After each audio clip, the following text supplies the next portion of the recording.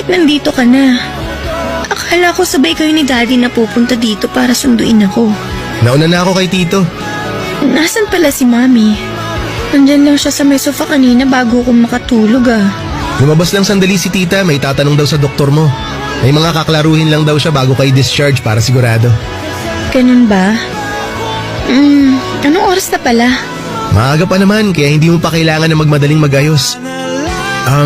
B, ang totoo, inagahan ko talaga ang punta dito kasi gusto kitang masolo sandali. Bakit mo naman ako gustong masolo? Wala lang, namiss lang kasi kita. Kahit halos araw-araw kang nandito sa ospital para alagaan at bantayan ako? Oo, ilang minuto lang kasi ako na mawala sa tabi mo. Sobrang namimiss na kaagad kita eh. Alam mo, Joel, ang weird mo ngayon. Pero alam ko naman na masaya ka lang kasi sa wakas, madi-discharge na ako dito sa ospital. Thank you talaga ha. Thank you sa lahat ng pag-aalaga na ginawa mo sa akin.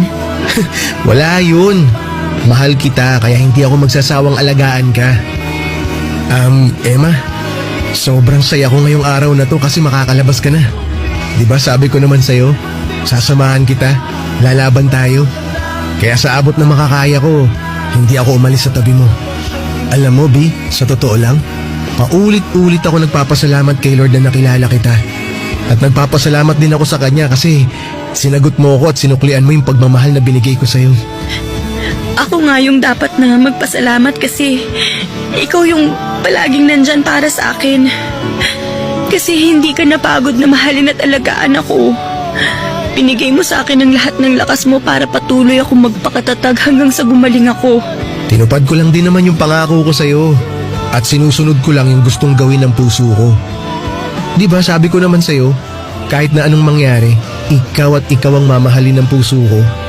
Kaya ngayong makakalabas ka na dito sa ospital, aalagaan natin maigi yung kalusugan mo. At palagi mong tatandaan, B, mahal na mahal na mahal kita. Ang sweet naman ng boyfriend ko.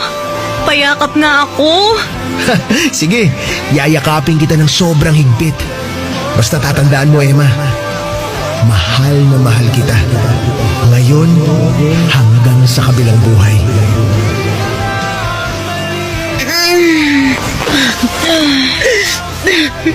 Mami, bakit po kayo umiiyak? Emma, anak. Nasaan po pala si Joel? Akala ko nandito na siya kanina pa. Mami, bakit po ba kayo umiiyak? Magaling na po ako, di ba? Makakalabas na nga ako ng ospital. Kaya wala na pong dahilan para umiyak kayo ngayon. Akala ko talaga nandito na si Joel. Hindi po ba siya dumating kanina habang tulog pa ako?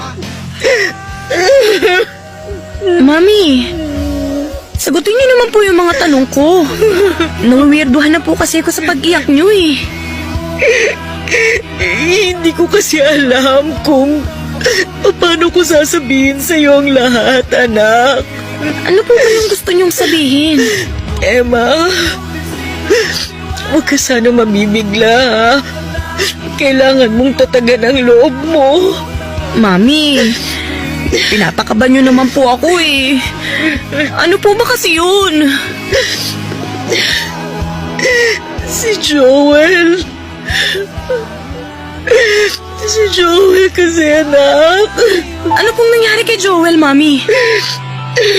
Emma, wala na si Joel. Tumawag sa akin ng nanay niya at ang sabi niya nagkaroon si Joel ng brain aneurysm habang nasa opisina. Hindi na siya umabot pa ng ospital. Wala na si Joel, Emma. Wala na siya. Hindi! Hindi totoo yan, Mami! Nandito lang siya kanina! Kausap ko lang siya eh! Niyakap pa nga po niya ako, kaya imposible na patay na siya! Imposible yun dahil nangako siya sa akin! Nangako siya sa akin na aalagaan niya ako at hindi niya ako iiwan! Nangako siya, Mami! Nangako si Joel sa akin eh! Nangako siya! Nangako siya!